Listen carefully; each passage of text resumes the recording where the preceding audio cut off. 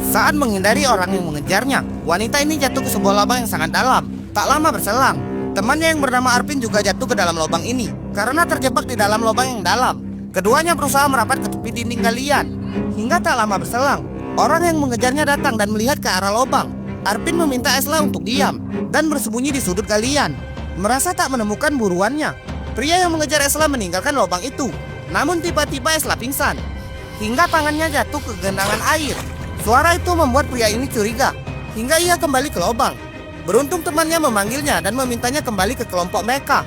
Setelah pria itu pergi, Arvin kebingungan karena tak ada cara untuk keluar dari lubang ini. Ia berjalan melihat sudut-sudut galian. Namun galian ini tanahnya sangat licin sehingga tak mungkin bisa dinaiki. Sementara Esla, ia mulai sadar dari pingsannya. Arvin lalu meminta Esla melepaskan celana dan ikat pinggangnya. Lalu Arvin mengumpulkan kayu yang ada di tempat itu. Ia juga mengikat celana mereka untuk dijadikan tangga naik ke permukaan. Arvin lalu melempar dahan kayu itu ke permukaan hingga kayu itu tersangkut di mulut lubang. Arvin menggunakan pakaian mereka sebagai tali untuk memanjat ke atas. Ia tampaknya mulai berhasil naik dan bisa mencapai permukaan. Namun tiba-tiba kaki Arvin tergelincir hingga ia jatuh kembali ke lubang.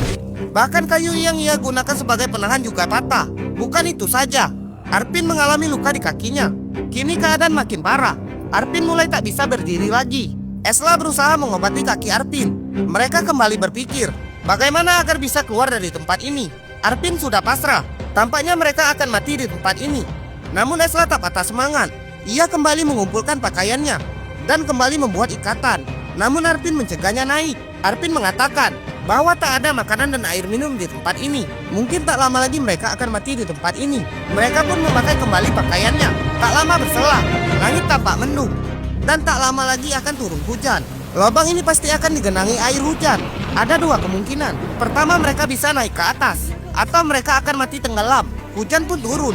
Air mulai masuk ke dalam lubang itu. Antara panik dan senang, Arvin mengajak Esla untuk menunggu hingga lubang itu dipenuhi air. Air terus masuk ke dalam lubang hingga dalam beberapa menit lubang itu mulai dipenuhi air. Namun saat hendak naik, Esla terjatuh dan ia tenggelam. Dengan cepat Arvin menyelamatkan Esla. Namun di saat lubang itu baru terisi setengah, tiba-tiba hujan berhenti. Langit tampak cerah.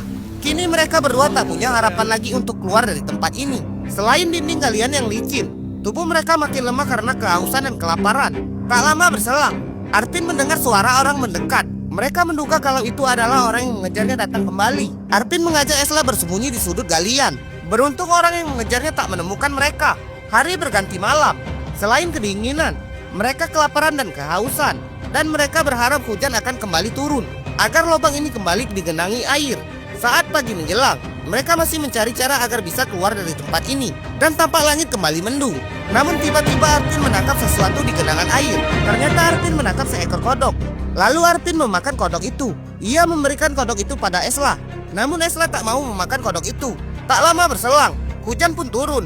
Mereka sangat bahagia dan berharap hujan berlangsung lama. Namun tiba-tiba Arvin muntah-muntah. Ternyata Arvin keracunan setelah memakan kodok tadi. Esla memberi semangat pada Arvin bahwa mereka akan bisa keluar dari tempat ini hidup-hidup. Air mulai masuk ke dalam lubang dan kini tubuh mereka mulai terendam air. Mereka bergantungan di akar pohon di sudut dinding. Namun akar itu putus hingga mereka jatuh dan tenggelam. Lanjut part 3 ya guys.